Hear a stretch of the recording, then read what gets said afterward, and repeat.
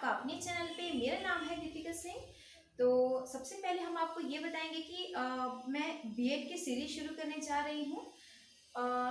अभी सबसे पहले हम लोग सेमेस्टर फर्स्ट की बात करेंगे। सेमेस्टर फर्स्ट का जो कोर्स नंबर 101 है, जिसका नाम है एजुकेशन इन इंडियन पर्सपेक्टिव, इसका यूनिट फर्स्ट से हम लोग स्टार्ट करेंगे। तो यूनिट फर्स्ट का जो पहला टॉपिक है वो है नॉलेज, कॉन्सेप्ट ऑफ नॉलेज। तो हम सबसे पहले समझेंगे, जानेंगे कि नॉलेज वर्ड का मतलब क्या होता है। नॉलेज को हम लोग हिंदी में कह सकते हैं ज्ञान। तो नॉलेज का मतलब, नॉलेज को हम हिंदी में कहेंगे ज्ञान। तो नॉलेज का पूरा सेंटेंस पढ़ेंगे हम कि क्या कह रहे हैं इसमें। So, information, understanding and skills that you have gained through learning or experience.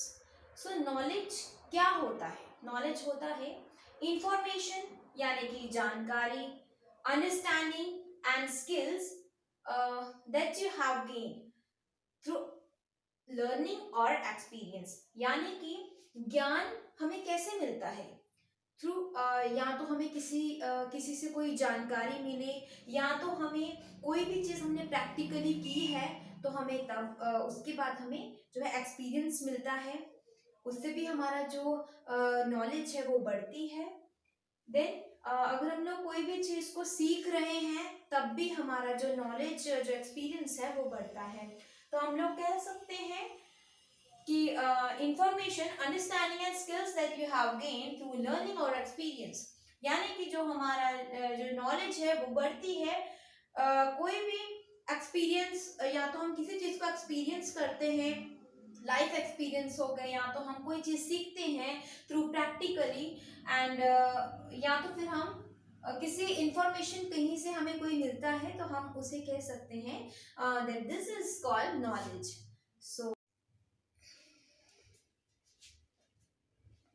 So now I'm talking about sources of knowledge. So sources of knowledge, so there are so many sources of knowledge, but I have done only 6 sources. So first of all, you can screenshot these sources.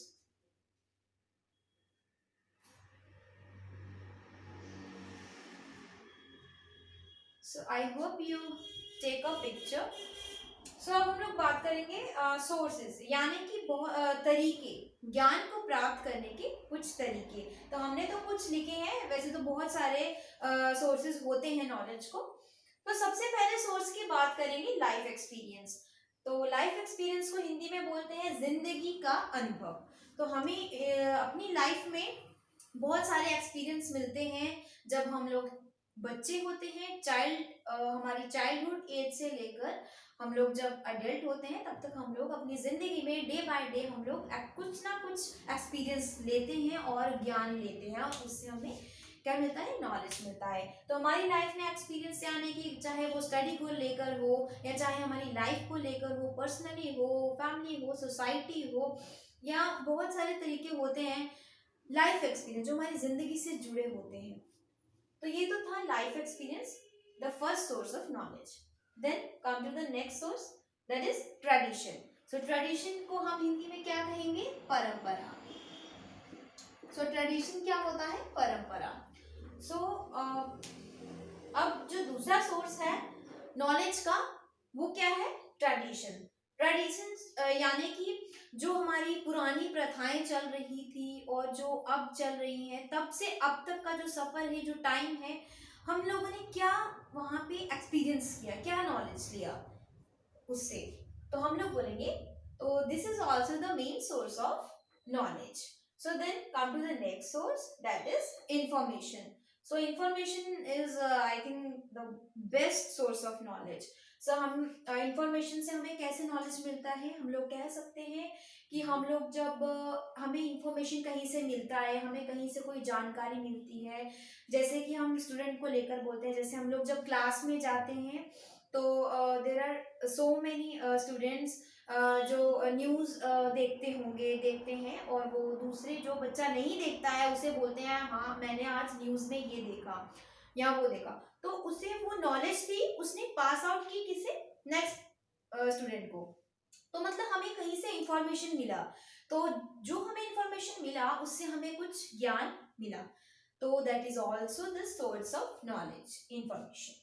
So then come to the next source, that is theoretical or practical understanding of knowledge of a subject. Sorry, theoretical और practical understanding of a subject, यानी कि जब हम लोग school में पढ़ते हैं, okay, then हम लोगों को theoretical यानी कि थ्योरी वाली जो theoretical नॉलेज जो हमें सब्जेक्ट की है वो तो मिलती है.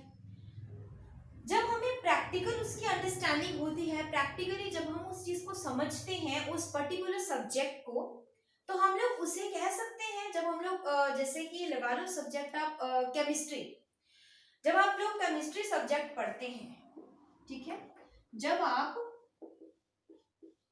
केमिस्ट्री सब्जेक्ट पढ़ते हैं उसमें कुछ रिएक्शंस होते हैं, H2O plus O2, nitrogen, oxygen, okay. तो जब आप लोग उन सबका केमिकल रिएक्शन अपनी लेबोरेटरी में करते हैं तो आप लोग कुछ प्रैक्टिकली कर रहे हैं, कुछ सीख रहे हैं. तो हम लोग कह सकते हैं कि आप लोग उस पर्टिकुलर सब्जेक्ट को with the help of laboratory chemicals आप लोग उसे प्रैक्टिकली सीख रहे हैं. तो हम लोग कह सकते हैं कि आप लोग कुछ सब्जेक्ट की पर्टिकुलर प्रैक्टिकली नॉलेज ले रहे हैं. तो हम लोग बोल सकते हैं उससे आप लोग क्या, आप लोगों को नॉलेज मिल रहा है. तो ये भी एक बेस्ट सोर्स है नॉलेज का. Then come to the next source, that is school learning. अब आती है स्कूल लर्निंग की टर्न. अब स्कूल से हम लोग क्या सीखते हैं, यानी कि स्कूल से जब हम लोग सीखते हैं तो बहुत सारी चीजें सीखते हैं. स्कूल्स में बहुत सारे कॉम्पिटिशन्स होते हैं, एनुअल फंक्शंस होते हैं जिसमें हम लोग dance, debate and skating and बहुत सारी चीजें सीखते हैं, गेम्स होते हैं.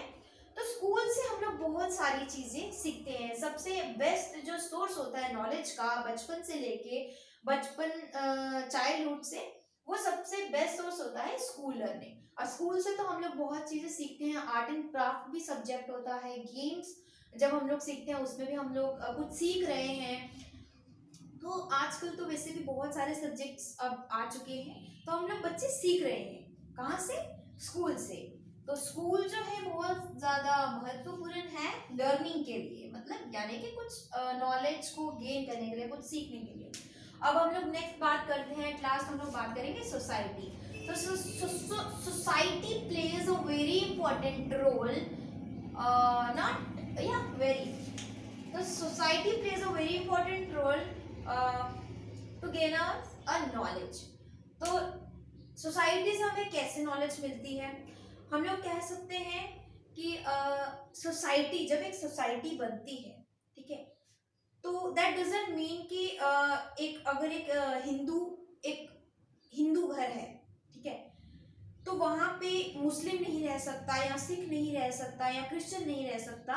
तो जो एक सोसाइटी होती है ना, तो वो नंबर ऑफ पीपल, वो हम लोग ये नहीं कह सकते कि उस सोसाइटी में, पर्टिकुलर सोसाइटी में वहां पे मुस्लिम भी होता है, सिख भी होता है, क्रिश्चियन भी होता है और हिंदू भी होता है उस पर्टिकुलर सोसाइटी में. तो हम लोग ये कह सकते हैं. तो जब वो सोसाइटी बन गई, ओके, उस सोसाइटी में नंबर ऑफ पीपल होते हैं, मुस्लिम्स होते हैं, उनके अलग से कस्टम्स होते हैं, अलग उनका ट्रेडिशन होता है, कल्चर होता है. सिख्स का अलग से होता है, क्रिश्चियन का अलग से और हिंदू का अलग से. तो जो उस सोसाइटी के जो लोग हैं वो आपस में एक दूसरे से बहुत कुछ सीखते हैं. अंडरस्टैंडिंग. तो जो सीखना होता है, अंडरस्टैंडिंग यानी कि लर्निंग, तो वो कहाँ से आया? हमें सोसाइटी से आया.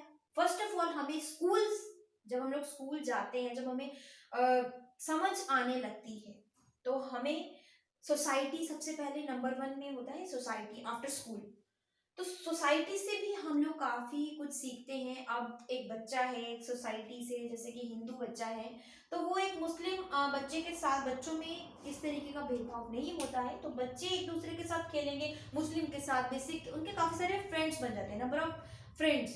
तो जब वो उन फ्रेंड्स में जब वो ग्रुप डिस्कशन करते हैं, बातचीत करते हैं, खेलते हैं, तो बहुत कुछ सीखते हैं. तो हम लोग कह सकते हैं society is also the main source of knowledge. So आज की जो हमारी वीडियो थी वो थी concept of knowledge and the sources of knowledge. तो ये जो दो टॉपिक थे हम लोगों ने कवर किए। तो आई होप आपको हमारी ये वीडियो अच्छी लगी होगी। तो अगर आपको हमारी ये वीडियो अच्छी लगी है और आपको ऐसे ही बीएड के सीरीज अगर चाहिए तो आप कमेंट बॉक्स पे नीचे कमेंट ज़रूर करें और शेयर भी कीजिए ताकि जो बच्चे बीएड कर रहे हैं तो उन्हें अभी स्टार्टिंग से ही उनको एकदम इस चैनल के बारे में पता चले और वो स्टार्टिंग में ही डे बाय डे वो अपनी जो भी अपना जो सीरीज है उसे कंप्लीट करें। सो आई होप आपको हमारी ये वीडियो अच्छी लगे। तो आप इस वीडियो को शेयर भी कीजिए, लाइक भी कीजिए और अगर आप सब्सक्राइब नहीं किया है हमारे चैनल को तो आप सब्सक्राइब भी कीजिए। So thank you so much, bye bye, take care.